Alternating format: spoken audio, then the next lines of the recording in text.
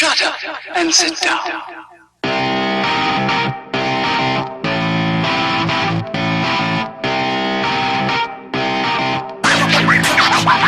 right, welcome back to On The Sidelines for another episode. I got a special guest here with me today, TJ Shoemaker. How you doing, man? Hey, man, I'm doing pretty good. Thanks for having me. Not a problem, man. You have really shown a lot of support for the show. Much appreciated.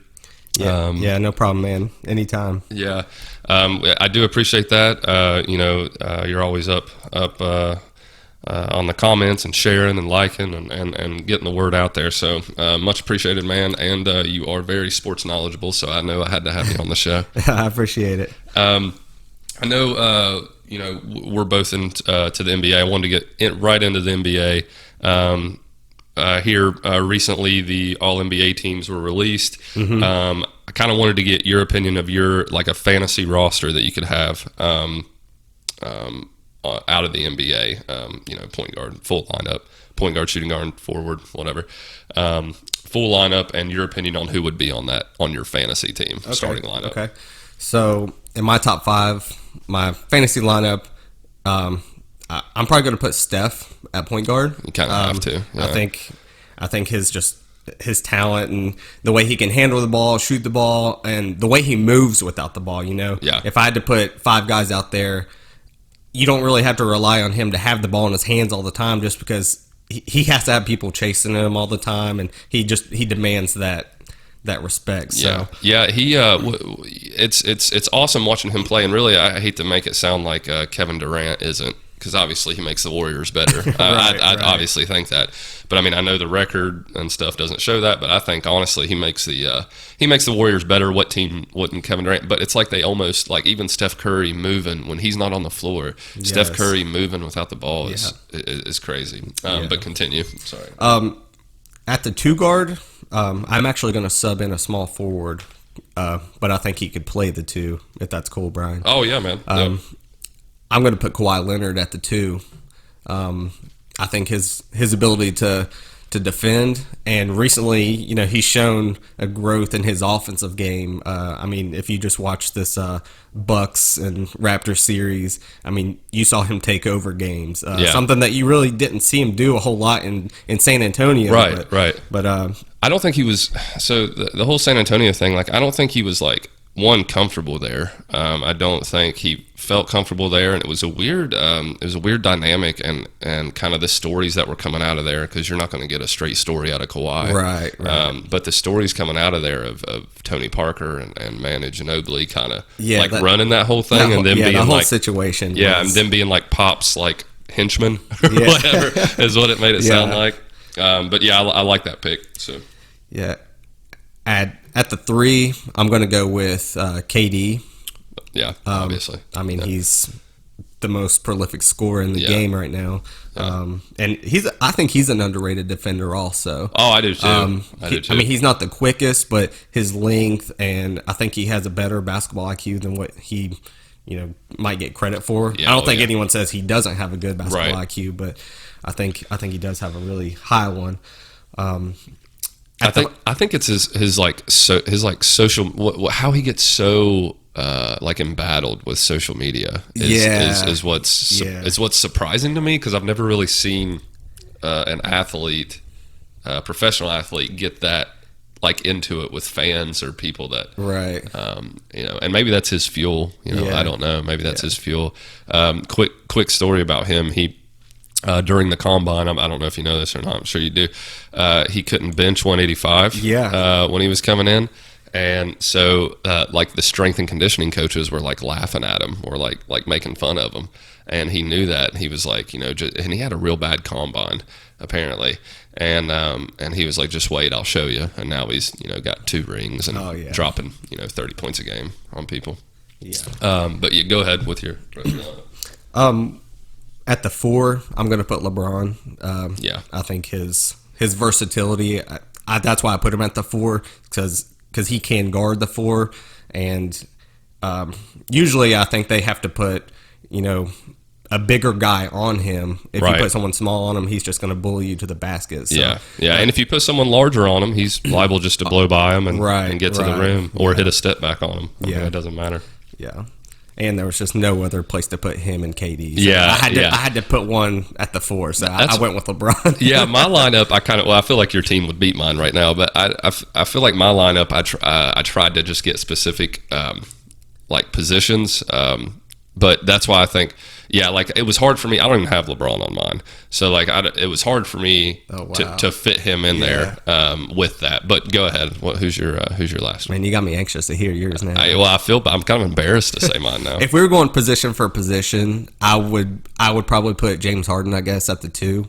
Yeah, that's true. Because he's the best shooting guard in the league. Yeah, but at the 5, man, this is really a tough one for me. It's tough. Yeah, it's a tough position to.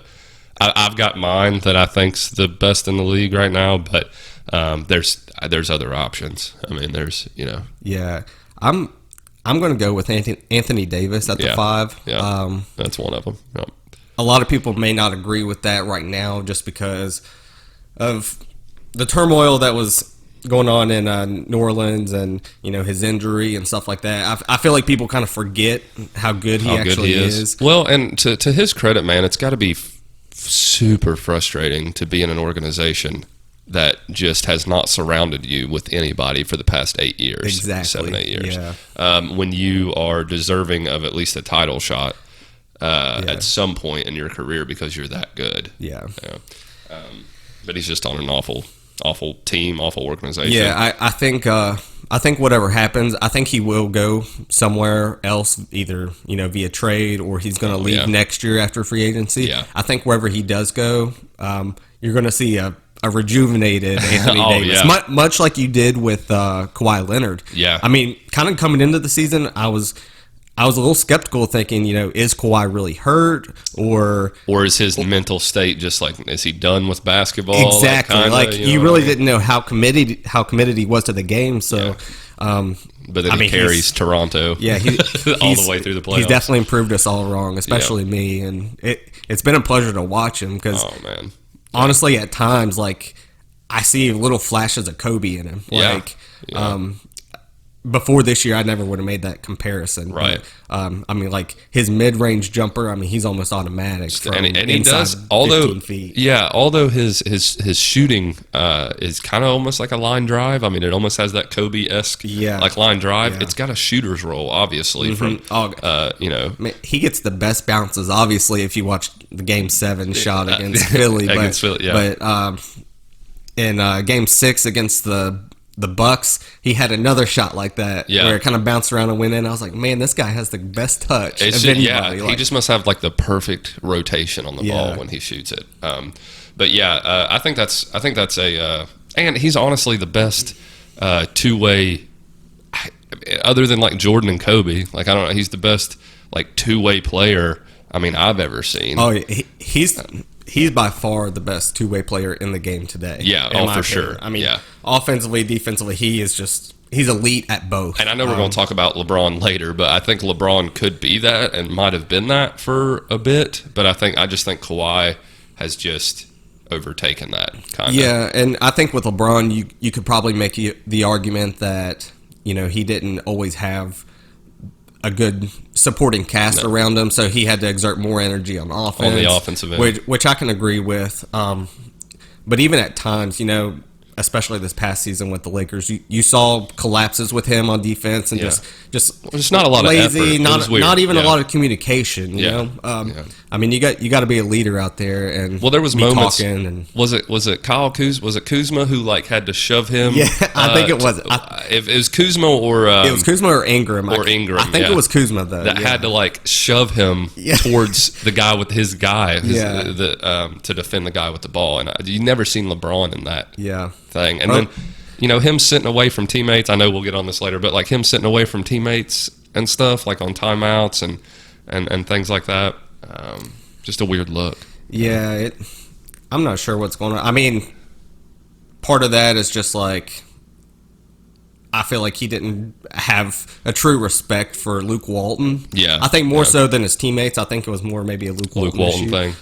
But probably that issue's gone, and yeah, I guess we're on to hopefully bigger and better things. Because Frank Vogel, Vogel. with Kid on the staff. So, I think it's honestly, I think it's one of the better moves that they could have made. A lot of people, thought maybe Ty Lue would be the best fit, right? Which I think he would have meshed well with LeBron, but obvious, I think overall though, I like what Frank Vogel's done. I mean, you look at what he did with the Pacers.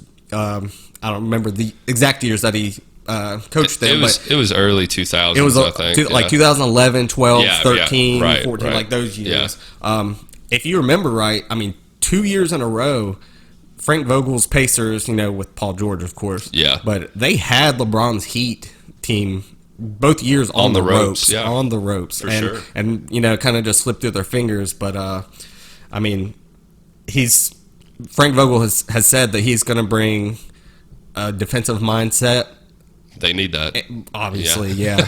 But also, I mean, he wants to surround LeBron with shooters, which LeBron also needs that to succeed. He needs to know that he needs to have confidence in somebody like he did Ray Allen, like he did even when it was Kyrie and Kevin Love, right? Like he did when it was. He's got to have Dwayne Wade when he had Wade. He's got to have confidence in his teammates around him to be able to hit open shots or shots in general. And the thing is, he doesn't even need like snipers. Like he doesn't exactly need a Ray Allen out there because I mean they don't grow on trees. But, he really just needs guys that are a threat. Whenever you're on the floor with Rajon Rondo, Lance Stevenson, JaVale McGee, I mean. Those guys aren't stepping back and hitting. There's no floor spacing in a lineup like that, No. and I think that's where the Lakers need to kind of focus on like the 3-and-D type approach. Almost like a JJ Redick. Like if he could get somebody like I've been wanting a guy like that. JJ Redick, that would be which is also a veteran in the locker room, but also just a dead eye shooter. And just hustles, plays defense, knows the game, high basketball IQ. Right.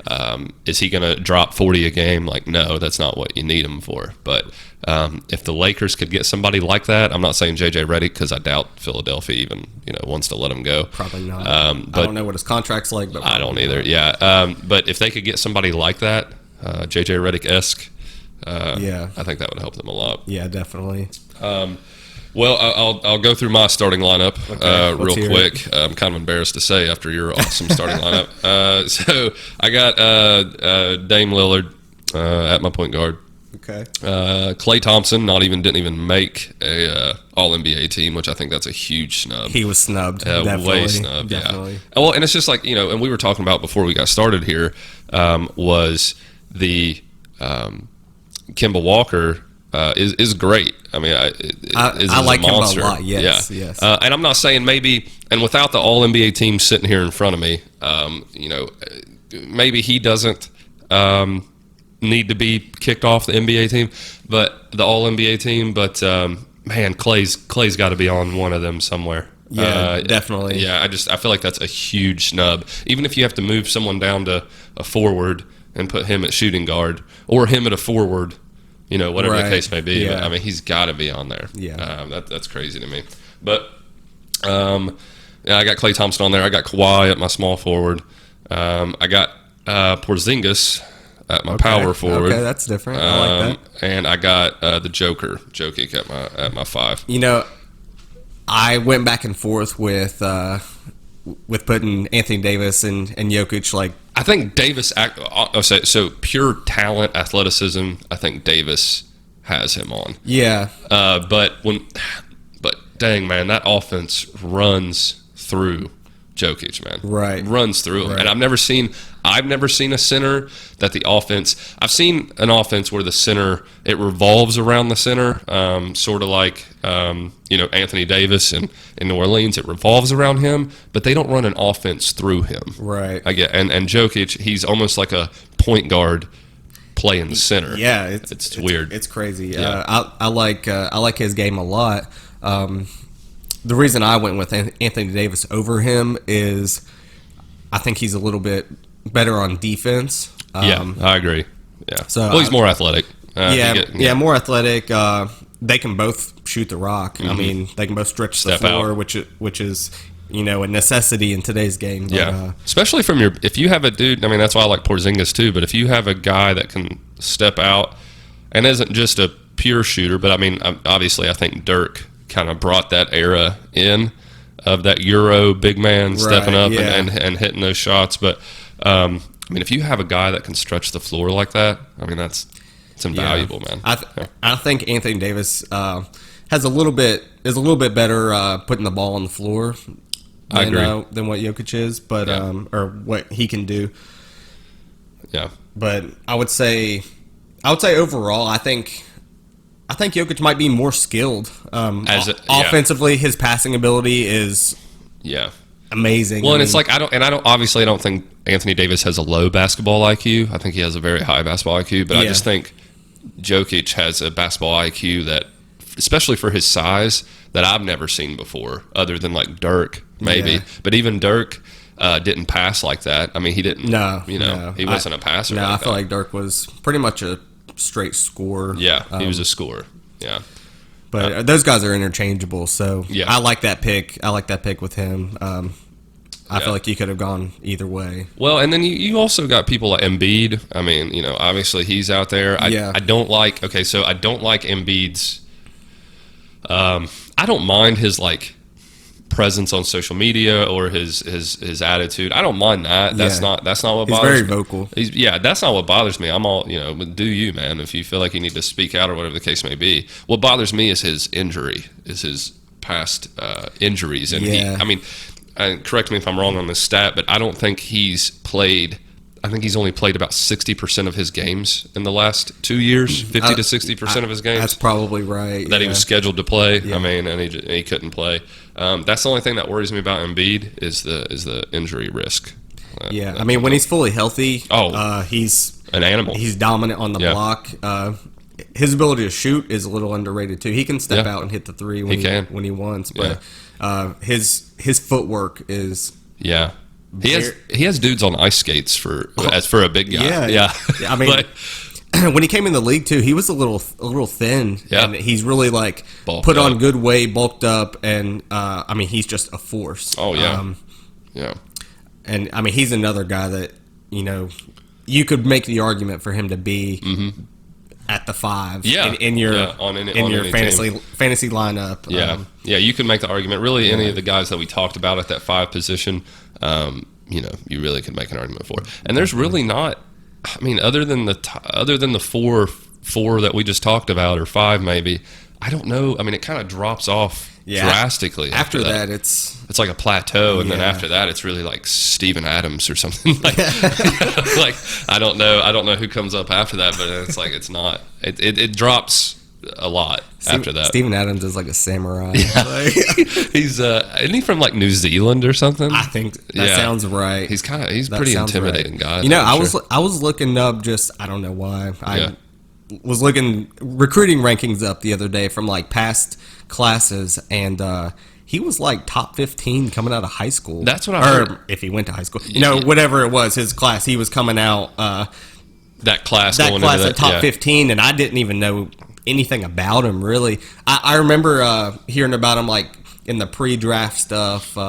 He came out of Pittsburgh. And I'd kind of watched him a couple times, but I didn't know much about him. Well, apparently he had a great combine too. Like apparently his combine was amazing. Really? Too. Yeah. Well, I mean, I'm sure he benched whatever they needed him to. Yeah, I mean he's strong. And he's a beast. Have you seen his like pre-draft picture compared to now? I know it's. Well, I don't know if it's the pre-draft picture, but I know it's him with short hair and like a clean face. Oh, he's like clean cut, like like a church boy. Looked like he might have like been in a frat. Like, and now he looks like he just walked out of a cave. Yeah, if you haven't seen that, you got to Google Steven Adams. Steven Adams face. Just Google his face. Like. Google Steven Adams face.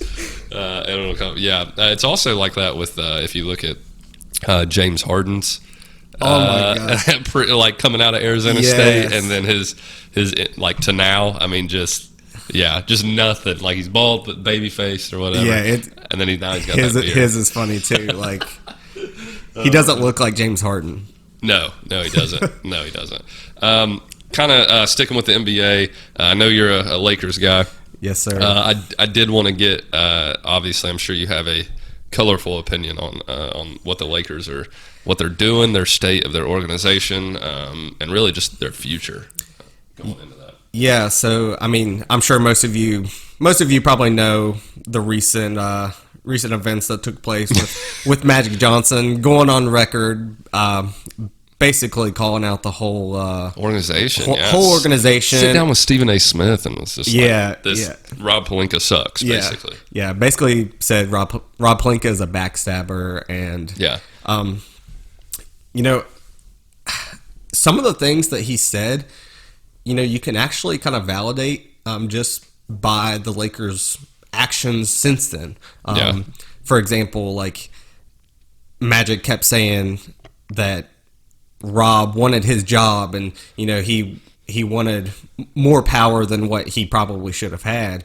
And once Magic stepped down, they decided not to hire a president of basketball operations.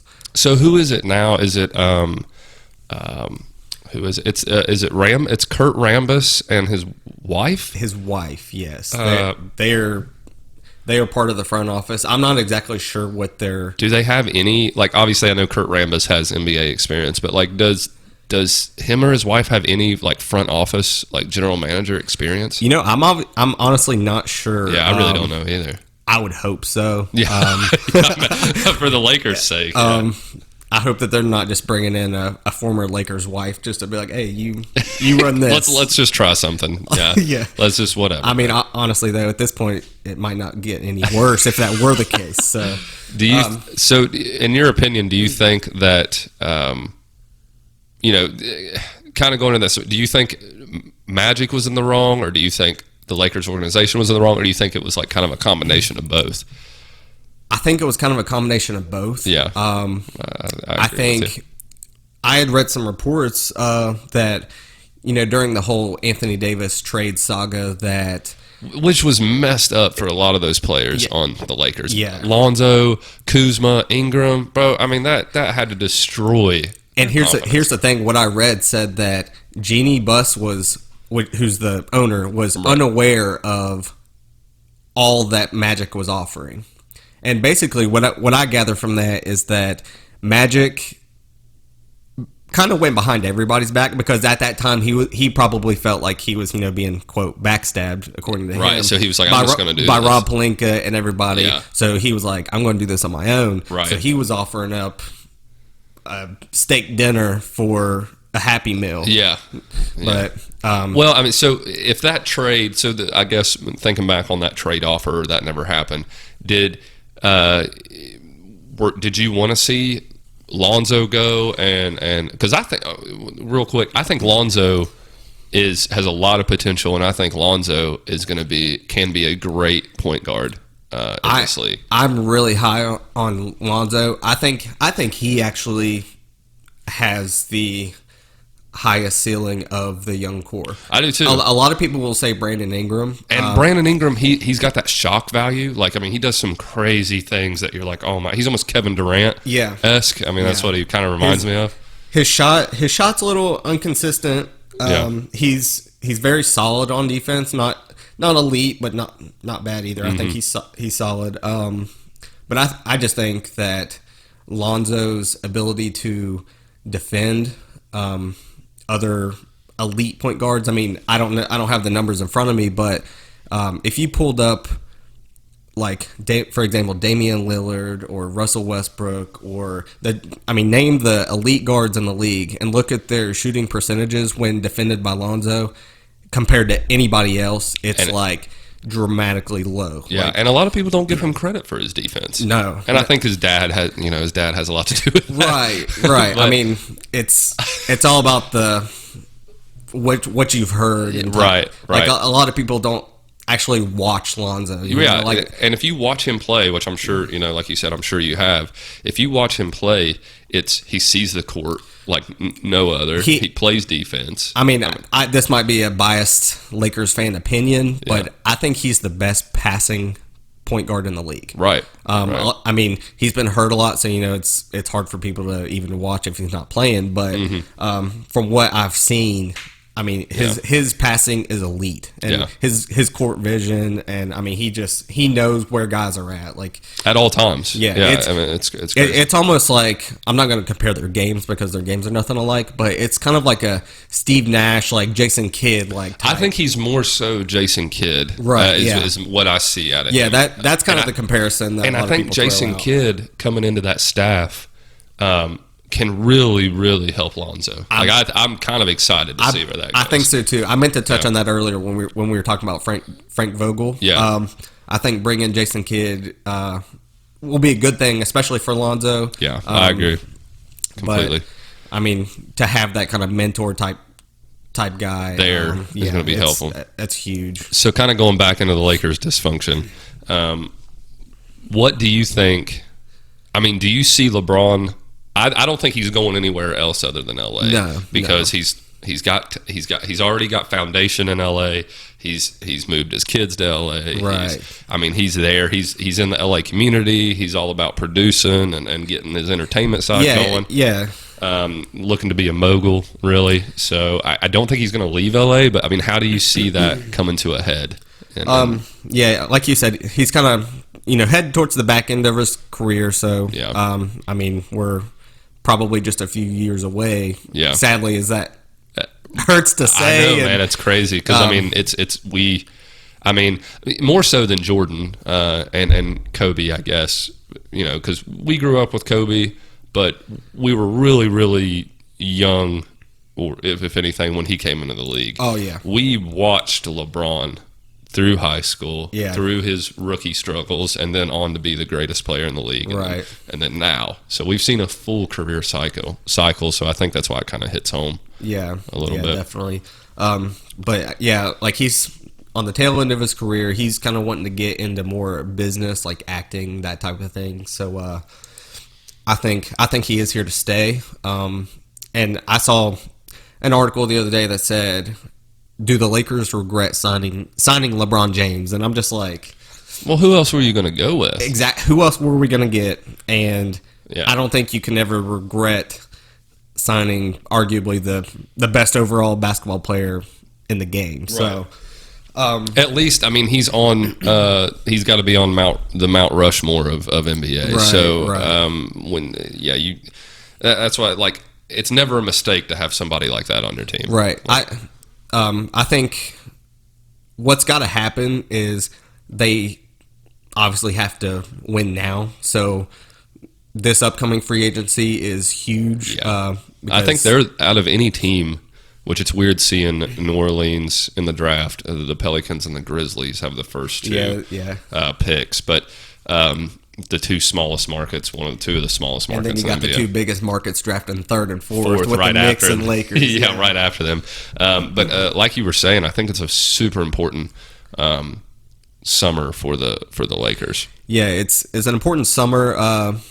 A lot of the things that I've been reading have kind of said their top targets are going to be Kawhi Leonard, Kyrie Irving. I don't know if Kawhi's going to leave with that billionaire offering him that $1 million loft or whatever to stay in Toronto. I'd be like, sign me up, bro. We'll see what happens. Honestly, Laker fans, as far as Kawhi goes, I don't think he's coming to the Lakers. I don't think so. Maybe the Clippers. Is that what you're last year? I think he would have gone to the Lakers, but this year I think it's either he's going to stay in Toronto or he's going to go to the Clippers. Yeah. And honestly, I don't blame him for wanting to go play for an established coach in Doc Rivers and playing for a front office that has guys like Jerry West in it. I mean, their front office is and Elton Brand, right?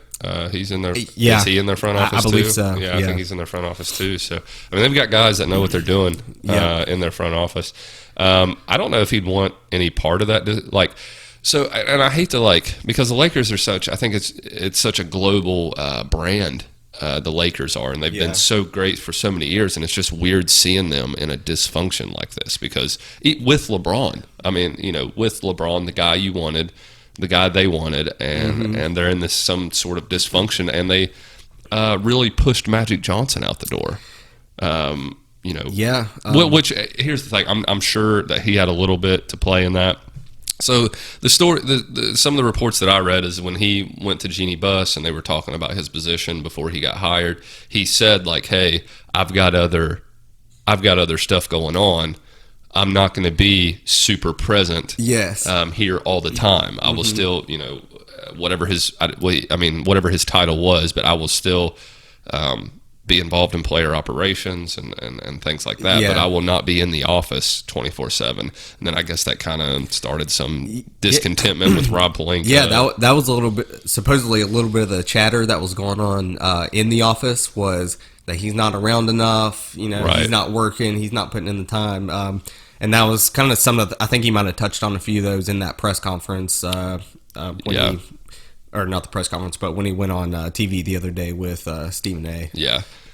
Which I guess it's like, where are you at if, and I know you're Magic Johnson and pretty much do whatever you want, especially with the Lakers, but it's just like, what did you think this job was going to be if you couldn't be involved as much as they wanted you involved? And that's on Jeannie Buss too. That's on Jeannie Buss being like, well, okay, come on, we'll figure it out. Well, no, I mean, this is what happens when you don't figure things out before you just bring someone on board. Right.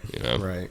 So that's why I was interested in to hear your. So where do you think they go from here? Like, what do you think the ceiling, I guess, is, or the projection is? I think what might happen is, and this is right now, like the most likely scenario. Yeah. I think they end up getting a guy like Jimmy Butler, which I think would be great for LeBron. I think so too. Yeah. A lot of teams aren't really high on him because of his character and stuff like that. Which honestly, like, I'm not in the locker room. I don't see but I've read those same reports where his character is not, I guess, not great or whatever. But I mean, I know in Chicago he wanted to be the guy, and Derrick Rose was there, and you're going to have that. But it's the same thing with Kyrie. I mean, people have the same questions with Kyrie, right? But man, when you watch Butler play, I mean, if you watch this past playoffs, I mean, at times he kind of had a Kawhi effect. Like he would come out and kind of carried the Sixers at times. When Embiid would kind of go silent for a little bit. Or Ben Simmons was forced to shoot a jump shot. Has anyone seen Ben Simmons? He's been missing for how many days now? I mean, I don't understand how people. Again, I don't want to hate on Ben Simmons because I know he's talented. He's very talented, but it's like I can't even put him. I don't know how people are so high on him to rank him even in the top 5 point guards in the league because he cannot shoot a jumper. No. If he can't get to the rim. I think Colin Cowherd was talking about it, which I disagree with him a lot. But same. I do too.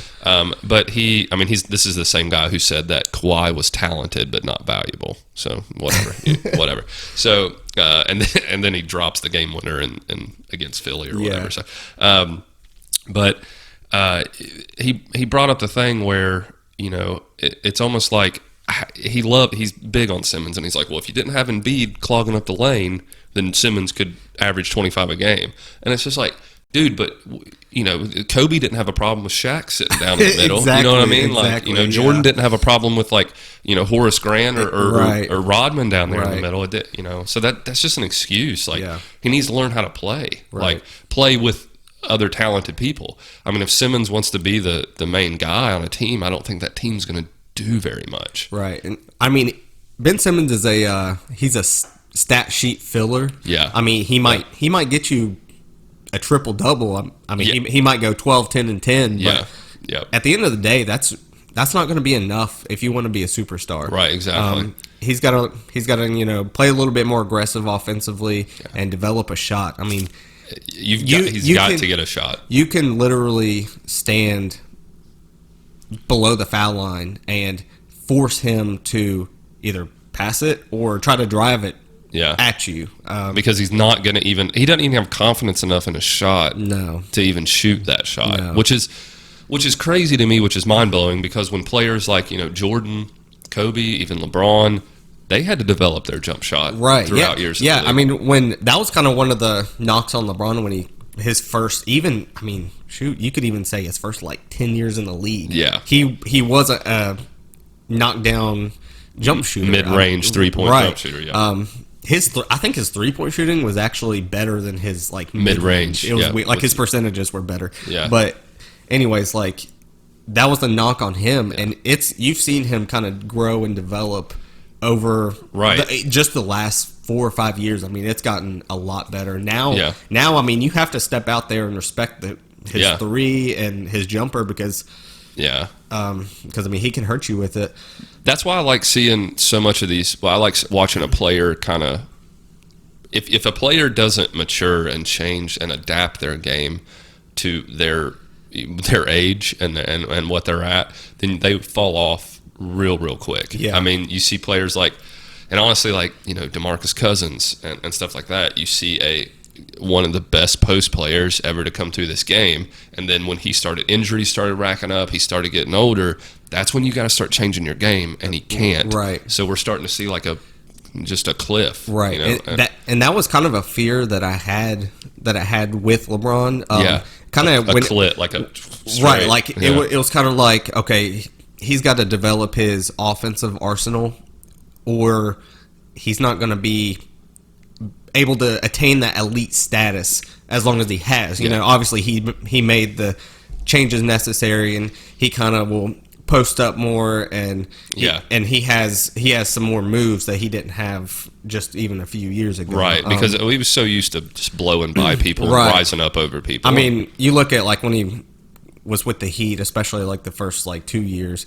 I mean, half those highlights are him just catching oops and stuff. I mean, just him and Wade just open. His athleticism was overwhelming, and now when you watch him, you see him play with a little bit more. I guess poise. Yeah, I guess it'd be poise. You can tell his skill set has just developed overall. I mean, not that he wasn't a well-rounded player before, but he's adapted his game. Yes. To his age. Into the landscape of what's the NBA right now. Definitely. I definitely agree. And also, it's kind of we were talking about Jason Kidd there too. Jason Kidd kind of had to do that. I mean, he came into the league as a dunker, man. He came into the league as a high flyer, and then not long after he came into the league, he was like, I'm not gonna last like this. Right. So I've got to change my game into a below the rim player. Right. And he did, and he's one of the greatest to do it. Yeah. So. I think the only guy that is undefeated when it comes to that is Vince Carter. Yeah, he's still dunking on people, and he's 41 or something. Yeah, still dunking on people, and has been with his 8th or 9th team, 10th team or something. Yeah, and I think he's trying to play for each one. Each team, all 30 NBA teams or 32 or whatever there is. So what's crazy to me is I love it too, but I think it was Paul Pierce that I want to say it was Paul Pierce. But I don't know. But that came out and said, against Vince Carter, and was like, man, you've got young players trying to come up, and you're just keeping their spot. You're holding up a spot because you're blocking the young players coming up, and you're not giving them a chance. So it's time for you to pretty much move on. And it's just if you're that worried about that young player needs to take the spot from him. Exactly. Exactly. I mean, I don't think if he wasn't helping, it's not like people are afraid to let Vince Carter go. Right. If he's not helping a team, they're not going to keep you. I mean, it's not exactly. Okay, for example, the Spurs weren't afraid to get rid of Tony Parker. Yeah. I mean, and he probably meant more to that organization than what a guy like Vince means to. Where is he even at now? I think he's with. Is it the Hawks? I think it's the Hawks. I think it's the Hawks too. Yeah. He's bounced around the past couple of years. He was with the Kings and. Yeah, he was with the Grizzlies for a bit. Yeah, Grizzlies, Kings, Hawks. He's kind of bounced around. Yeah, but, I think it's the Hawks right now. Yeah, trust me, the Hawks would not be afraid to let Vince Carter go. No, yeah, they wouldn't be. I mean, why keep? I mean, I know he's a name, and I know he probably draws some tickets, but why even? What helped him, and what I think Carmelo's problem is, Allen Iverson's problem was. So Vince Carter's willing to be that 7th man, exactly 8th man. He's willing to come off the bench. Carmelo couldn't handle that. Allen Iverson couldn't handle that. Yeah, and I love Allen Iverson to death, but I do too. Yeah, but it's that mentality of they could not handle that, and maybe that's the great players. Like maybe Kobe was never going to come off the bench for anybody. Nor should he. But he knew, like, if I'm going to go to the bench, I'm kind of winding down. I'm retiring. Right. This is I think he did retire at the right time. I think. He I mean, shoot, he could have played another. He dropped 60 in his last game. Yeah, that. Just go watch the last 5 minutes of that game against the Jazz, and you're just like. It just kind of like cemented Kobe's legacy. Yeah. Even though it was the last game of a regular season that they didn't make the playoffs in, it felt like a game 7 of the NBA Finals. Oh, I was super into it, man. Oh, yeah. Like, that was crazy. Like, I remember watching it on. I watched the whole game. I'm a big time Kobe fan. Yeah. And I mean, just watching that, like, man, it was almost like. Like tears in my eyes because it was just like a thing of beauty. Like it was vintage Kobe, like just doing what he does, just straight killer. And then your girl beside you, like, what is wrong with you? Why are you crying? She's like, are you watching? Like, get away from me. Are you watching The Notebook? Oh gosh. So kind of talking about Kobe, coming straight out of high school when he got to the NBA. I kind of wanted to get your opinion on. I know they've talked about kind of doing away with it, but what is your opinion on the one and done rule? Because I definitely have my own opinion, but I'd like to hear your take. I'm a little back and forth on it as far as should it stay the same? Should they let kids come straight out of high school, or should they even expand it, like, or give them the option to say, okay, you can come out now, or if you do go to college, you have to be in college for, say, 2 years. Yeah, 2 to 3 years or whatever. Something like college football or something. The biggest problem that I see with allowing kids to come straight out of high school again like they used to is I feel like in today's age, there's a lot more kids out there who are going to take bad advice, and on social media, they've got people hyping them up and making them think that they're better than what they are. It's almost like the grossness of like an agent sitting at a high school, because that opens the door. I mean, I see what you're saying. Yeah, that opens the door to an agent sitting at a fucking middle school game. You know what I mean? And and it's great. It's it's a weird thing to see, but right. But I think like. It's hard to deny the past guys that have came straight out of high school, Kobe, LeBron, you got Kevin Garnett. Yeah. The list goes. Darius Miles. No, I'm just kidding. Kwame Brown. Man, no, but I think that a lot of good could come out of that. Well, Jermaine O'Neal, he came out of high school too. Yeah, so Jermaine O'Neal. He's an all-star. Yeah. Yeah, I mean, I think you could have a lot of success, or see guys have a lot of success doing that, which is great. But I think you're also going to see a lot of guys basically live in the G League, and guys that won't make it. Yeah, so I know what you're saying, and I hear you, and definitely there's some cause for concern, and there would have to be some regulations. Yeah. My main thing is, what is the 1 year of college doing for? Right. Like, I mean, so my opinion, either do it like college football, where you have to be 3 years removed from high school before you can go to the pros, or age limit's 18, and when you turn 18, you do what you want. Yeah. Now, again, I do agree with you there's got to be limitations on, because hype will become like it has, like, Sebastian Telfair and all that.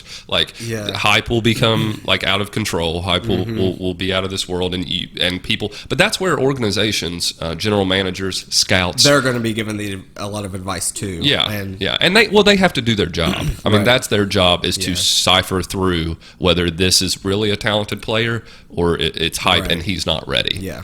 For that. My thing is, like, I don't get the 1 year thing unless it's just to, and I know this is an NBA thing, but unless it's just to help the NCAA basketball drawing names into it for a bit. And that's the other half of it. I think if you let guys come straight out, one, that obviously waters down college basketball. It does, because you don't doesn't make it as exciting, because I mean, okay. the game that Zion got hurt against North Carolina. When he blew out his shoe or whatever. Yeah, when he blew out his shoe, and I don't even know what the injury was. Like, I don't either. Like a sprained his knee or ankle or something, But it was like, for example, that game, the ticket price for that was like thousands. For one ticket, and that's in like the nosebleeds. Like courtside was probably, I don't even know what. Yeah, whatever Drake's paying to sit courtside at the Rangers game. But I did read that, you know, the NCAA is looking into being able to pay college athletes. Well, I hope that's and we covered this I covered this on a past episode, but I would really like to see that happen. Some type of compensation. Yeah, I think so too. Like, I mean, attract. I mean, okay, so if I'm a kid and I'm 17, 18 years old, I graduate from high school. Honestly, I would do it like Brandon Jennings did. Exactly. I say that all the time. Yeah, which is I'm going to go over to Europe, make some money, make millions, and then come back and play in the NBA. Exactly. And then I've already played against pro world-class players. Now, it's not the NBA. Right. I mean, it's not NBA is a higher class, but that's still a high class of basketball over there in Europe, and a lot of basketball is worldwide. I mean, a lot of worldwide players. The best players in the world are in the NBA, right? But you've got a lot of world class players over there. Yeah, and that's what I would do, honestly. Yeah. From a fan perspective, it's hard to say that from a fan perspective. It's like, I don't mind the 1 year rule. It's kind of I'm a North Carolina fan, so I don't have to usually worry about it as much. Yeah. We normally don't get a whole lot of one and dones. I think this year was kind of a exception to the rule. We had 2 one and dones that are going into the draft. But I think that's what I mean. But as we, as like a sports society, I think that, and as athletes get faster, bigger, stronger, and better at things, and I think that's what we're seeing they're becoming professionals at a younger age. At a younger age, they are. Yeah. But like from a fan perspective, like it's kind of disheartening to see guys come in 1 year and then leave, and you kind of never get to watch that development up close. Because I mean, it's hard to keep up with a full NBA season and keep up with those guys. Oh, sure. But college basketball almost feels a little more personal, I guess. For the fans' investment. And I honestly don't love college basketball until it gets to March Madness. Right, I don't either. I watch North Carolina when they're on. I follow them, relatively close. Yeah. But whenever it comes March Madness, like I'll sit in front of my TV and watch every single game. Yeah. Well, and I think as a fan, like I would miss that not being able to see the elite players like that are in Zion's and stuff if they were to go straight from high school, because a guy like Zion would have. Right. Well, a guy like, I mean, we saw Durant would have, Carmelo would have. And then we see that, and then when they do go to college that 1 year, they take their teams to the deep in the playoff or deep in the tournament or championships. Right. And they definitely would have went.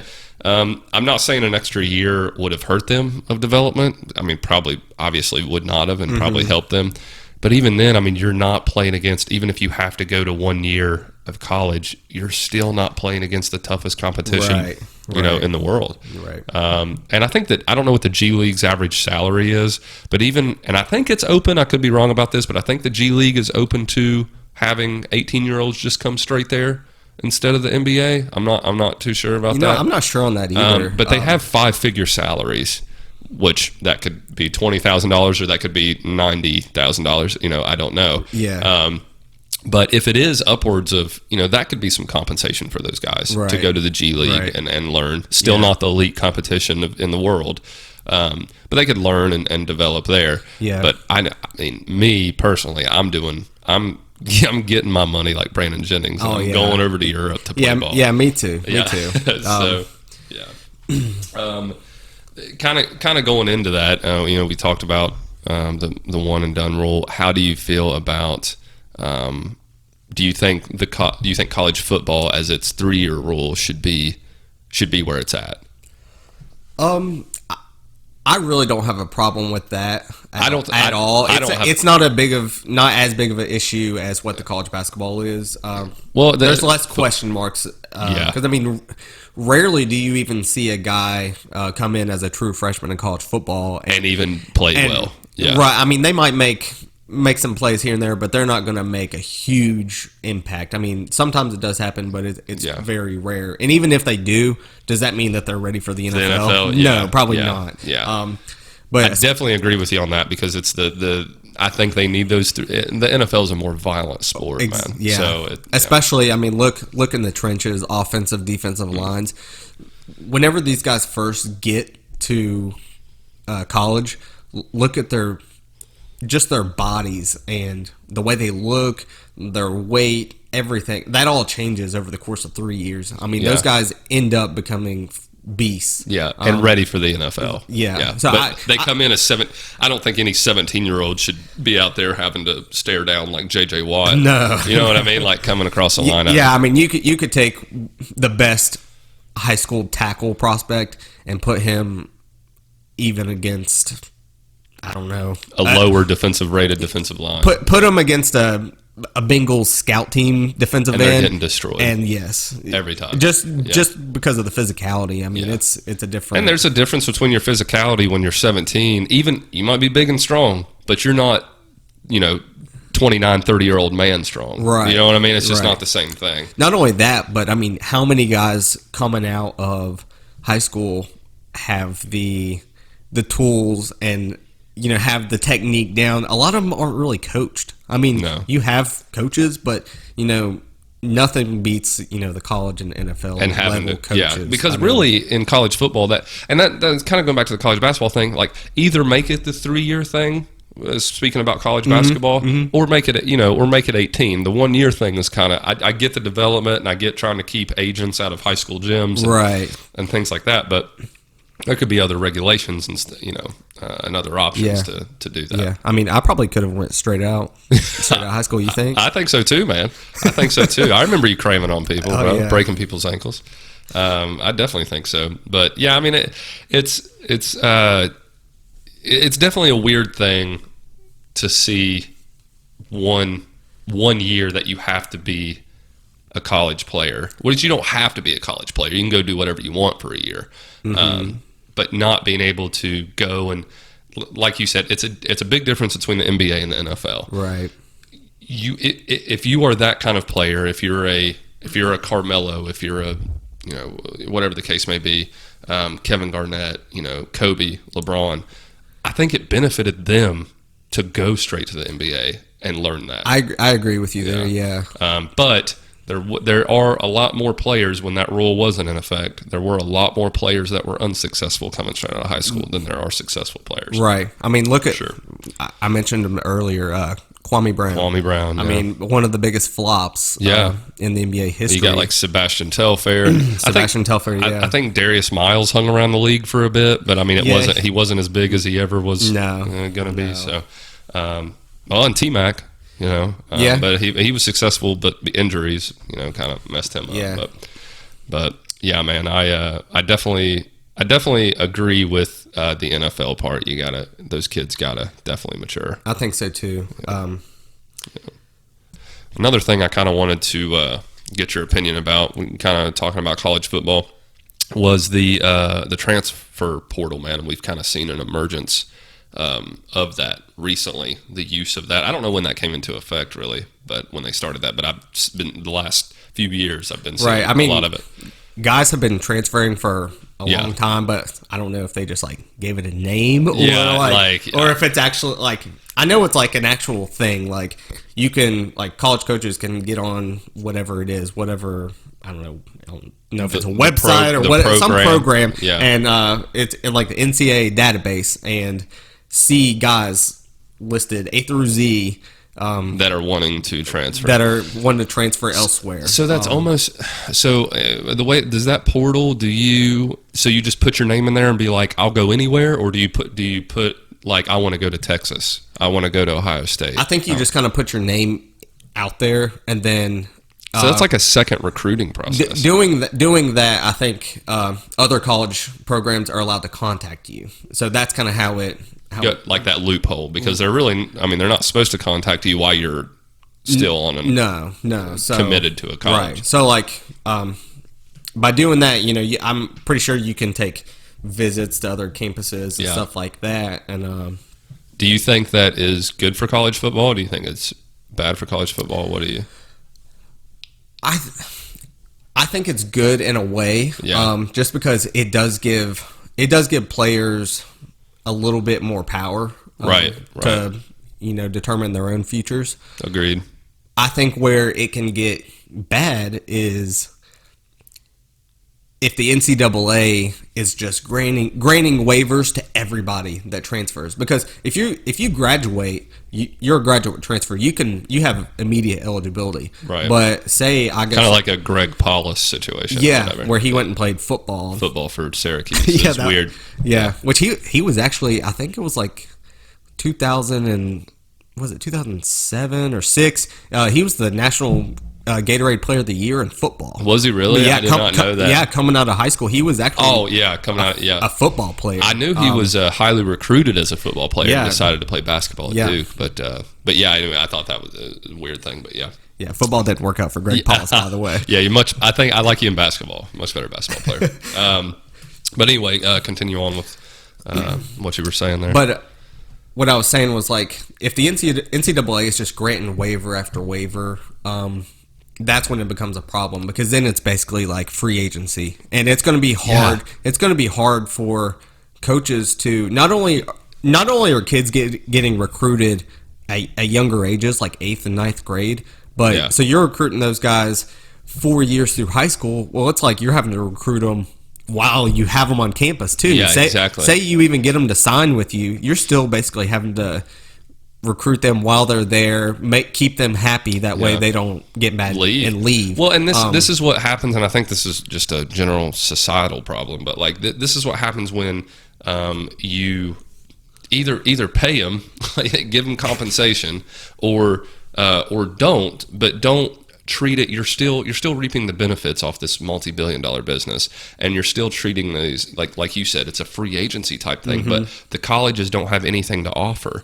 other than, hey, look how nice this campus is. You'll start. You'll be the main guy. You'll be the focal point of our offense. Exactly. But then what happens when that just breeds like corruption? That just breeds coaches being like, well, your mom needs a new house, right? Like we can set you up. Yeah. And then you run into these Reggie Bush type situations and things like that, to where these players should be compensated, but then that really just encourages coaches to go beyond the limits of trying to get that player, especially when they've already been in college for a year. Right. So like if the NCAA is granting these waivers and making it harder on these coaches to keep these kids at their school, because they can say, hey, I can go here and not have to sit out a year. Right. I think it gets really, really hairy there. But like you said, these coaches might start having to, break the rules. Yeah. And which some of these rules are ridiculous anyway. But that's a separate issue. But yeah, I mean, they might start having guys start paying these guys or giving them a car or whatever it may be. Whatever it may be to keep them there. Yeah, we're going to run into another SMU thing. Death penalty. Yeah, somebody's going to get the death penalty. But yeah, man, I definitely I like the transfer portal, because it kind of gives these kids more options and not having to be like controlled and stuck where they don't want to be. Exactly. But it's a snowball effect. And things happen. Like, I mean, if you sign to play somewhere and your coach gets fired and you don't like the incoming coach, like, I understand if you want to leave. Like, that's because that's something out of your control. You can't control that. Right. But at the same time, even with that being said, like, these kids need to be signing with programs that they actually want to be at, and not playing for coaches that instead they want of to play coaches. for. Yeah. I know sometimes when you build that relationship with people, that's who you want to be around. Yeah. And I get that. Yeah. But at the same time, like, know that it's a business, and right. At the end of the day, it's a business. So yeah. you've got to kind of look out for you also. Exactly. So exactly. And in that same regard, it is a business, like you said. So these players do deserve compensation. Yeah, I mean, they are working. They are a product that is bringing in billions. Exactly. With a B. For example, I mean, if I'll use Dwayne Haskins, for example. Yeah. If Dwayne Haskins is having his jersey sold at the local bookstore, or it doesn't have a name on it, obviously, but it has that High State logo and number 7 on the back. Everyone knows who that and is. There's hundreds of them being sold. You know that's Dwayne Haskins. Why is he not? Exactly. Either make that a number that no one is on the team. Exactly. Or give Haskins some of that because that's his likeness. Right. And if they are going to pay athletes, I don't think it's one of those things where like everybody should get the same. Either.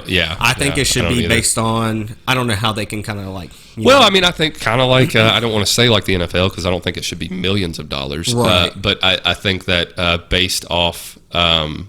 Based off their what we kind of covered this on the last episode, based off their what program they're at, how much money that program is actually bringing in for college football and that college in itself. Right. There's a lot of different factors. Right. So, yeah. I definitely agree.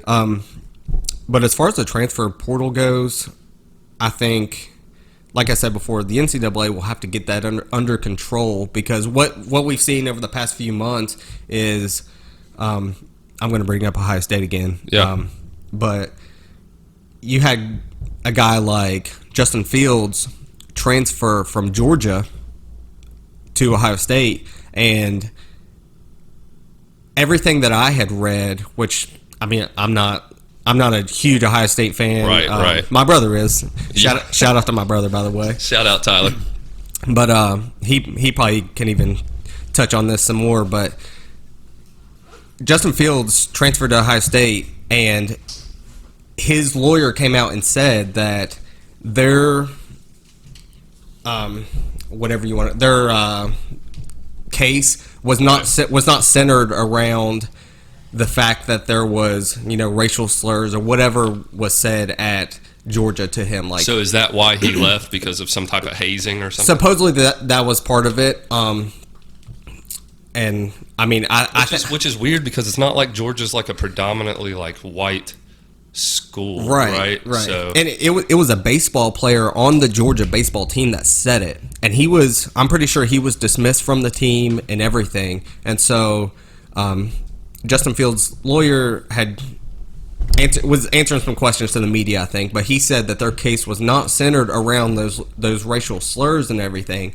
And if that's the case, then it's like, what is your case? Like, he sat behind Jake Fromm all season last year, basically. Got some spot duty, but I mean, other than the racial slurs, what is your case? And basically, there is none. And so you're kind of just using that as as a way to kind of get what you want. I mean, I'm sure unless he felt that threatened being there. I feel like they maybe his lawyer was maybe just blowing a little smoke, and that was what they used in their case was that he felt threatened and everything like that being at the University of Georgia, and that's fine if he doesn't feel safe. Like, that's his decision to transfer and whatnot. And I guess that would allow grounds for the NCAA to rule immediate eligibility. But if what his lawyer's saying is true and they didn't use that as their grounds, then what is your case, essentially? And so this actually went to court against the NCAA. Like, did they try to block it? They tried to block him from going? They were just applying for immediate eligibility. Oh, right. And so the NCAA's ruling was that Justin Fields was eligible immediately because of that situation. Supposedly because of that situation. But here's my thing. Fun fact for anyone who didn't know this, but Justin Fields' sister actually is at the University of Georgia also, and I think she's a year behind, I believe. So she ended up signing with Georgia amid all of this racial slur type stuff. So it's like, did he really feel that, or did him and his family feel that threatened for him to leave, for his sister to just go right there, either go to Georgia or stay at Georgia? I'm not sure. I think she was a year behind, but that it's just a weird situation. Yeah, like, well, it seems like to me, and I don't know as much about the situation as you do, but it seems like to me that they're really just. And again, I don't want to cheapen his or like water down his, I guess him getting insulted and his fear of that. If he really did feel that fear, right. There and him wanting to move, that's his right, to do that. And I don't blame him for that. Yeah, but as far as like using that and saying we've got to be eligible, automatic eligibility, immediate eligibility. Yeah. It is a weird situation because it's like, what if your family if you were that scared, how come your sister is still exactly there? So it's kind of like either way, whether they use the whole like racial situation as part of their case or not. Yeah. It's like, okay, his sister is still there, so obviously like their family couldn't have felt that threatened, you know. So like if he wants to transfer, that's fine, but I didn't feel like it was grounds for immediate eligibility. So, and real quick before we start the trivia portion, so when they go to this transfer portal, because I'm not super knowledgeable about it either. So when they do this transfer portal, and they put their name in there on the portal, and any coach can go there. Mm-hmm. Do they have to sit out that year? Like they're voluntarily saying, I know I'm not going to be eligible immediately? Or it's a case-by-case basis. That's the thing. I mean, it's case-by-case. Yeah. That's the thing. Like, when Justin Fields entered the transfer portal, of course, every player that does it is going to try to have some reason as to why they should be. To make them automatically eligible. So, I mean, he was granted eligibility, which good for him, But as far as the situation goes, it was really weird. Yeah. Especially, when you bring up the whole like sister situation and she's still there and whatnot. But yeah, it's really weird. And then on top of that, kind of hand in hand, Tate Martell, who was Dwayne Haskins' backup last year, 1 week he was saying, I'm going to be the starter. This is my team, blah, blah, blah. And then he's transferring. Boom. He bounces once he finds out that Justin Fields is coming in. And so... Yeah. I'm pretty sure in his case, he used Urban Meyer leaving as his reasoning for that. Immediate eligibility, which is kind of crazy. Like it's just whatever that. It sounds like which I'm sure there's legitimate concerns on why people want to leave and legitimate reasons why they think they should be immediately eligible because of coaching change or whole regime change or whatever the case may be. Or it wasn't what they thought. But when you get to some place, you're supposed to check it out, and it's kind of like this. There's going to be a lot less quarterback competition, competition at any position in college football with this transfer portal because it's like, man, you got another good quarterback coming in. I'm not staying. I'm gonna go here and go play. I'm not even going to have to compete. I mean, and you look at Ohio State's depth over the past couple of years.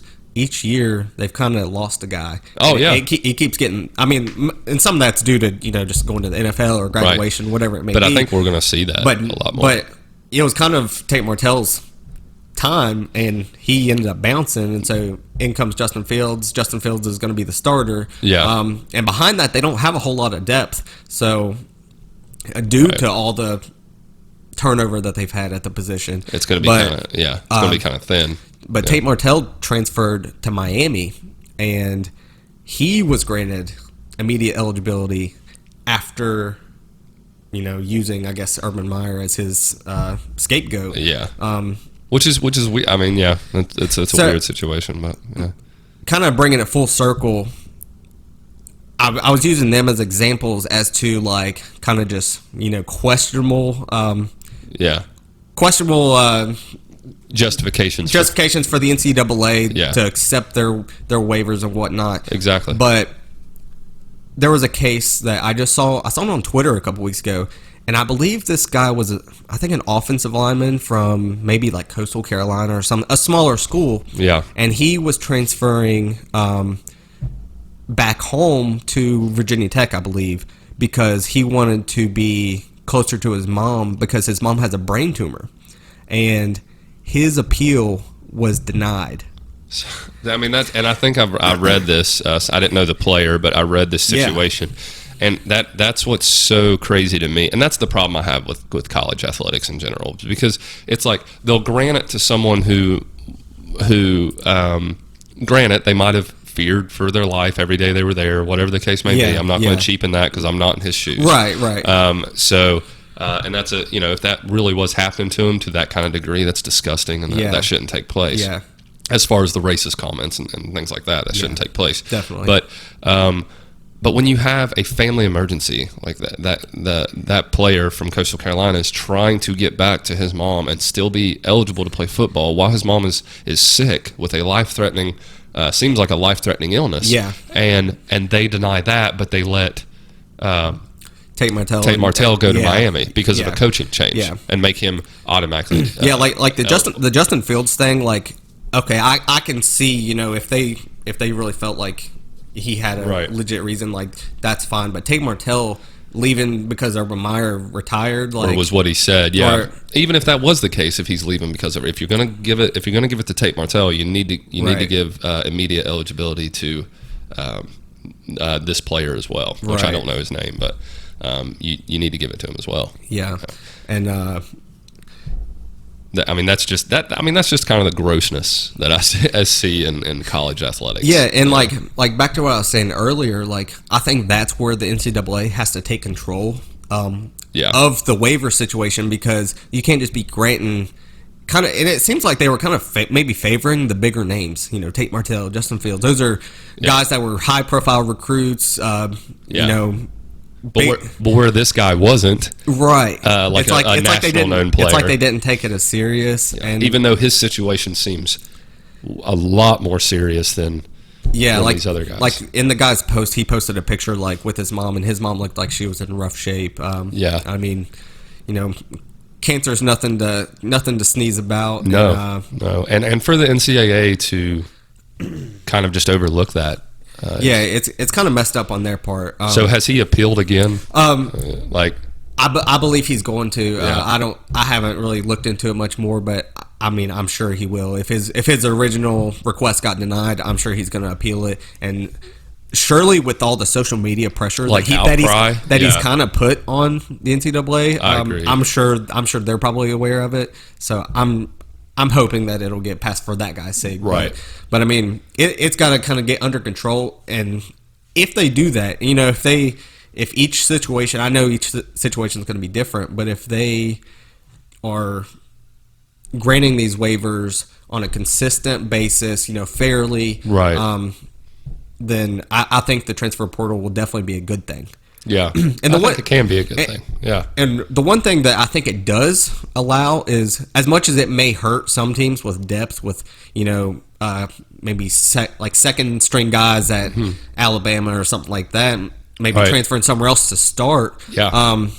As much as that might hurt there, it also allows coaches to go into the transfer portal with maybe say that they maybe replace somebody that they lost, or replace somebody that they lost, or maybe somebody that they didn't get in recruiting that they thought they were going to, that they have a chance. And so now they've got a void at a certain position. Now they can go in, get probably an experienced player already physically developed, and go from there. So I think it has its good and bad, but I think it boils down to the NCAA doing their job at a high level and being fair in all of it. So yeah, man. Yeah, that's a great point, man. I definitely agree with you on that one.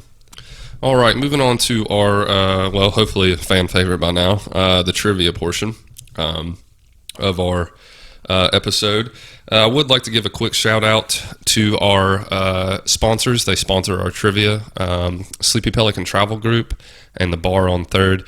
If you need any travel, going to any destination, tropical or not, business or pleasure, just give Sleepy Pelican Travel Group a shout on Facebook, or their social media handle is at Sleepy Pelican TG.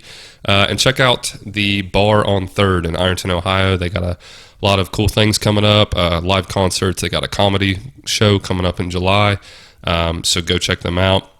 And that is at Bar on 3rd for their social media handles. As always, we do have a third guest on the show. This week's guest, courtesy of TJ himself, brought us with the Crown Royal Regal Apple. Appreciate that, man. Oh, no problem. I thought it was pretty fitting coming out. Did you say this was out of... coming out of Toronto, since we got Toronto in the finals against the Warriors. Yeah. Coming out of Toronto, Canada. Out of the Crown Royal Company out of there. So I appreciate it, man. Good choice. No problem. Yeah, thoughtful choice. Yeah. Thoughtful choice. I always forget how to... I always want you to end up with the last question, but I always forget how this works if I go first or whatever. So you go ahead first, and I think that'll end up like that, but if not, we'll figure it out. So we're just winging it here on the episode anyway. It's all right. Let's do it. So go ahead with your first question, and we'll go from there. All right. So my first question for you is, who was the youngest player ever drafted in NBA history? Okay. Well, my first my first inclination, I think it's Kobe. I'm thinking 17, but yeah. I mean, I don't have the exact days in front of me, but this is coming down to basically like the days. Like, not just because there have been several 17-year-olds get drafted. Yeah. But who was the youngest one? Gosh. I mean, I want to go with KG or Kobe Bryant, but I'm gonna go, or like, I don't want it to be like Sebastian Telfair or some crazy shit. I'm gonna go with KG, man. I'm gonna go with Kevin Garnett. That is incorrect. Damn it! It's actually Andrew Bynum.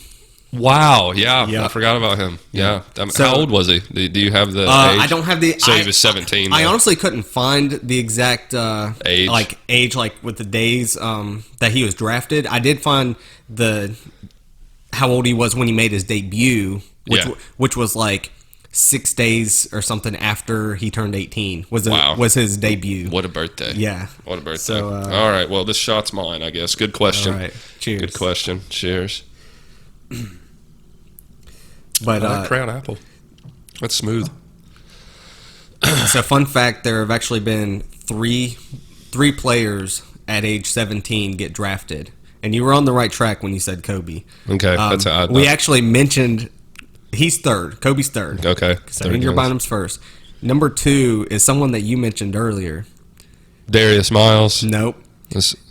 Jermaine O'Neal. Oh gosh, he was second, and he was only second by I think it was 9 days. Yeah. I did find his days. His age. So he was. So they were all 17. Yeah, they're all 17. Those are the only 17-year-olds. Imagine being 17 and playing against NBA players. Yeah, I'm pretty sure if you're 17, like anything else, I'm pretty sure you have to have your parents parents sign off on it. Yeah, that'd be so weird. What if they were like, no, son, we can't. Yeah, hey, mom, I need you to come down to the GM's office and sign paperwork, sign some papers, this multi-million-dollar so that I can contract play. All right, that's hilarious. My first question, NFL question. Okay, you ready? Okay. Most passes completed in a career. I will give you a hint. Kind of don't want to give you this hint, but it is a... I've got a name in mind already, so I'll tell you if it changes my thinking or not. Most completed passes in a career. I kind of don't want to give you the hint because I feel like now thinking about it. Okay, don't. Yeah, I won't give you the hint. Right. So this is all time. All time. All time. Okay. Yeah. And this is past and current players. Ooh. So. Okay. That can be in this. That's the only hit I'm giving you right there. So. I'm gonna say Brett Favre. That was a great guess. He's second on the list. It's Drew Brees, most all-time completed passes. Yeah, I can see that. Yeah. Okay. So that shot is yours. Had to get you back on that. All right. Cheers, everybody. Good pick though. It's smooth. Yeah, that's really good. All right. Shout out to the Canadians for the Crown Apple. Good whiskey, man. You guys do good, and you guys have a solid basketball team with Kawhi this year. Yeah, so they're not bad. Yeah, they're okay. Kawhi's okay. But anyway, your question, man. What you got? All right, so I think this one you either know this or you're going to be like, I have no freaking clue. It's probably the latter, but go ahead. Who was the all-time leader in turnovers in playoff history. In playoff history. Yeah. Who was, so it's going to be a past player? No, who is. Who is. Like, I mean, just all-time. All-time. Who is the all-time leader in turnovers in NBA playoff history? Oh, gosh. It's got to be someone that handles the ball a lot, so it's got to be a guard It's got to be a guard. It's got to be a backcourt player. I feel like I knew this, like, before I was kind of looking up some questions for you. So what offensive player, obviously, had turned the ball over the most? Right, so think of someone with a high usage rate. Oh, man, that's tough because I want to say somebody like Rondo, but I don't think it's Rondo. And I've got the list right here in front of me, so okay. I want to say Rondo, but I'm not going to go with Rondo because that doesn't feel right with the gut. I will say that Rondo is not in the top 17. Oh, wow. Okay. I figured with all those Celtics teams. You would think so, yeah. Yeah. Playoff history, turnovers. It's got to be someone that was in the playoffs a lot. Yeah. It's got to be someone. I'll give you this hint. It's someone who not only has the ball a lot, but is a facilitator. That's what I figured. I mean, so they're going to be making a lot of passes. You know, some might get tipped and turned over. So I mean, there's a lot of room for error in a playoff career, and it's got to be a long playoff career. Like they've got to have a lot. Because I'm leaning towards Russell Westbrook, and I don't think it's Russell Westbrook either. Gosh, it's hard. You're going to be amazed when you hear this. I'm gonna have to say somebody. Most playoff tournament. I'm gonna go with James Harden, man. James Harden. Not even on the list. He's not on the list. What's the answer? Not on the list. What's the answer? The answer is LeBron James. He's been in the playoffs a bunch, and it's LeBron James by a lot. Really? He has 170 more turnovers than Magic Johnson. Wow. Magic is 2. Number 3 really shocked me. It was Shaq. Shaq with the turnovers? Yeah, turning the ball over. I don't remember him turning the ball over. I would think Kobe would be higher than... Kobe is actually 4. Right behind Shaq? Right behind Shaq by two turnovers. But yeah, that shocked me that Shaq turned the ball over that much. It's crazy. I can't, because it's not like he passes that much. For the Michael Jordan lovers out there, he was on the Michael list, Jordan is on the list at number 10. But think about, okay, yeah, he probably could have got some more championships had he not retired a couple times. For the 2 years that the Rockets got it or whatever. So had he played in the playoffs, he'd probably be higher on the list. Yeah. Because, I mean, he's number 10. He'd also have 8 rings. But literally, he's number 10, but literally from 6 to 10 is like a 40... less than 40 turnovers. So they're all right there really close. So I mean, had he played the 2 years, he probably would be a lot higher. He'd probably be number 6, I would say. That's probably some of the best questions I've had on this show. All right, good question. Great question. Got me again. You suck. And Tim Duncan is number 5 behind Kobe. Mr. Fundamental, really. Yeah, exactly. So, wow, that's weird. And there are people out there that say Tim Duncan is greater than Kobe.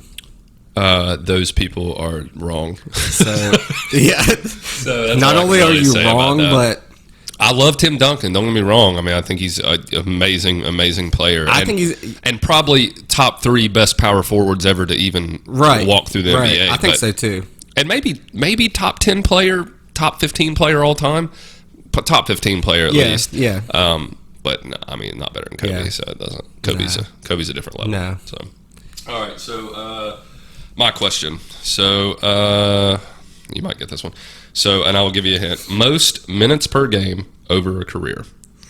Long career. It is a retired player. It is a past player that has this. I will give you that hint. It is a past player that has this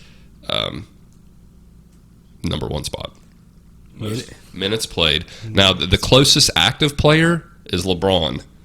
So this is minutes played per game or per minutes? Game. Okay, so it's not over. Not like over. It's okay. It's the most averaged minutes per game over a career. So this person played the most in each game over a career. Okay, I'm going to say... Now, it's past player. Past player. Because LeBron's like 10th or 9th on the list all time. But then every player above that is retired. I'm going to throw this name out there only because I feel like he probably like ran marathons for fun. But Oh gosh, like Forrest Gump style, just running. Like he's just gonna keep running. that's what he loved to do. I'm gonna say John Stockton. That.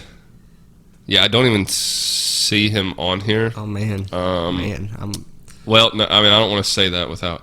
I don't see him on the list here. I'm sure he's on the list. He's not in the top 30. Okay. It's Wilt Chamberlain. Really? Yeah, he averaged 45, almost 46 minutes per game. Damn, no wonder he scored 100 points. No wonder, bro. No wonder. LeBron is 11th, and then everybody above him is retired. So AI is 4th. Oh my gosh. With 41 minutes a game. That's crazy. Yeah. Man. So, here you go. Yeah, let me You get that. let me pour up for a minute. Yeah, that's what surprised me was. So you got rounding out the top 10. Bill Russell was second. Oscar Robertson third.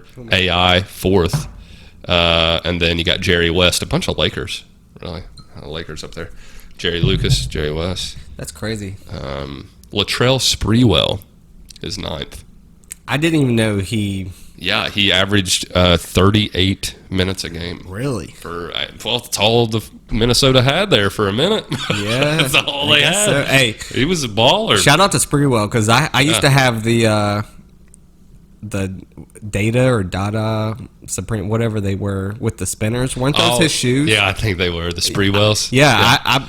I used to play all-star basketball in those. So. Yeah. Shout out to Sprewell. I liked Latrell Sprewell. He was just kind of a head case. Yeah. I liked him. All right. Cheers, everybody. Yeah. Man, that is so smooth. Yeah. All right, it's on you. What's my next question here? So here's what I got. And this might be a lob. I'm not sure, but Probably not. Nothing's a lob with me, but it's like so much time has passed, you might really have to think about it, but you'll get it, I think, eventually. On January 22nd, 2006, okay. Kobe Bryant scored 81 points against which team? It's the Raptors. Dude, I told you that was a lob. The only reason I know that is because on the last booth review with Jared, he said who did Kobe score his 60 points against in his last game. Oh, and you guessed that. Well, no, I got it wrong because I guessed, I think I guessed the Raptors, and then I was like, no, that's when he put up his 81 points. Dude, I must have missed that. I checked out the last episode. I must have been like daydreaming during that. So okay. You got that one right. So you don't have to take a shot. But just doing a little bit of research on it earlier, I stumbled across this. Who was the second highest scoring player in that game? Against the Raptors in 06, so I'm guessing it's a Raptor.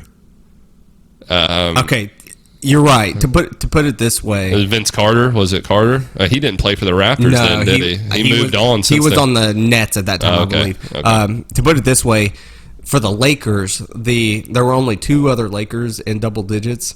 One of them was Smush Parker. Yeah, he had 13 points. Smush Parker. And shout out to Smush, by the way. Yeah, shout out Smush. Chris Mim. Yeah, that's going. Chris Mim had 12. Career high. Actually, I'm just kidding. I don't know if that's a career high. It's close, I'm sure. It's close. 81 points, man. Yeah, that's how, Well, and the craziest thing, like, not to get off on a tangent, but the craziest thing about that 81-point game is Kobe shot 60%.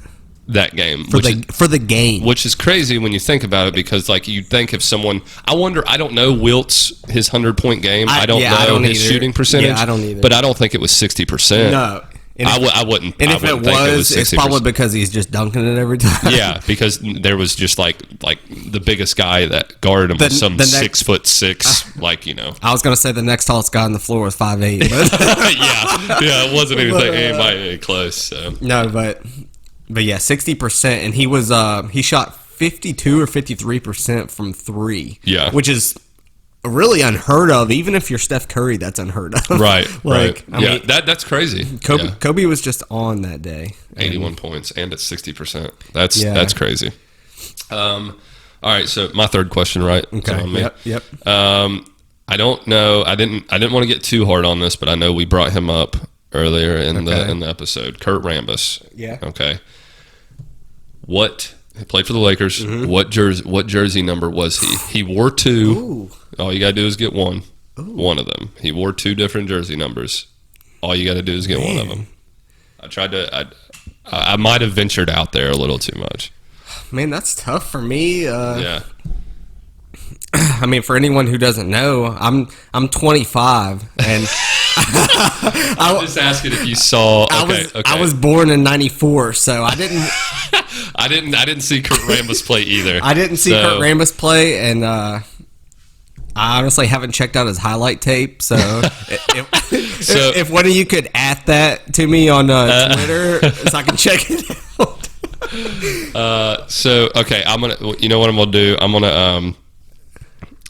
I'm gonna change this up. I want you to try to answer. Yeah, let me check. Let me take a stab at it. I think I could have got the other number. I didn't know. The one number I only thought I knew because I've seen he got in fights and the Celtic. Yeah, the one Kurt Rambis highlight that comes to mind is when he gets clotheslined. Yeah, I couldn't remember if he was the one that clotheslined or if I think he gets clotheslined. Yeah, if he got clotheslined. I think he gets clotheslined. And then he gets up and gets in the guy's face. Yeah. That's basically the only Kurt Rambis highlight I know. So I do have another question for you, but if you can get this one. It is another hint. It is a kind of an obscure number. It's not... I don't want to say obscure number. It's not another number that... So it's like Rodman wearing 91 No. Okay. It's not like a 70s or 90s. Okay. It's below... I don't know, whatever. It's below 40. All right? But it's an obscure number that no one else really wore. Man, I'm a Lakers fan. I should know this. And either one, if you guess either one, he had 2. I didn't know the other one, but the one I think I knew. So if you don't get this one, then it's okay. I'm gonna guess like 17. Oh my gosh, you're so close, dude. I'm so so one of them was 18. Okay. And one of them was 31. Dude, that's the one I thought. No lie, my second guess was going to be 31. I swear. Yeah. Okay, so if you don't, I will give you. Let me ask you another one here, real quick. Okay. Highest player efficiency rating in the NBA over a career. Ooh. Highest player efficiency rating. Yeah, and again, and this is all time. All time. Dang. Did they keep track of that before the 90s? It looks like they kept track of it. They were able to go back all the way. Oscar Robinson is not the answer, but he's 23rd on the list. So they went all the way. They were able to do that. They got Jerry West on here as well. So they were able to go back that far. I will tell you, obviously, well-known player. Second and third are current players. First is a past player. It's not. Don't overthink it. Don't overthink it? Don't overthink it. Should I say Michael Jordan? That's right. That's correct. That's right. Yeah, that's right. Don't overthink it. Yeah, that's right. Okay. That's right. So I'll give you that one. That Kurt Rambis one was kind of a... I feel like I should still take a shot. I feel like you should too. Yeah. Because I'm a Lakers fan and I should know Kurt Rambis. You were so close on that jersey number. Oh, gosh. That's a good one. Might have filled that one up. Yeah. I was going to say, if anyone heard that pour, it kept going. I deserved it, though. Oh, God. That's good. All right. What is your last question, sir? Okay, so that was actually that was the only 3 that I had, but I got one. Oh, did you ask 3? Okay, that was my fault. Okay. Yeah, I didn't know. Yeah, I did ask 3. Oh, did you? Okay. If you want a 4th, I got one. No, I didn't even know. I didn't even know you asked 3. I guess because I got one right. Yeah. But yeah, man. I do appreciate you being on. Appreciate the support from you and everything, and look forward to having you back on, especially when college football rolls around. Yeah, man, no problem. Thanks for having me. Yeah, I'd love to get on when college football rolls back around because, man, I love college football. Like, Yeah. I love the NBA too. Like, it's basketball was my first love, but Yeah. like over the years, I've kind of grown partial to football. Yeah. And college football is just like, I don't know. I feel like I really am on top of my game when it comes to college football. Yeah, and I definitely, when I need to talk college football, you were going to be my resident expert. So Yeah, hit me up. will do, man. Appreciate it, man. Yeah, no problem. Thanks for having me.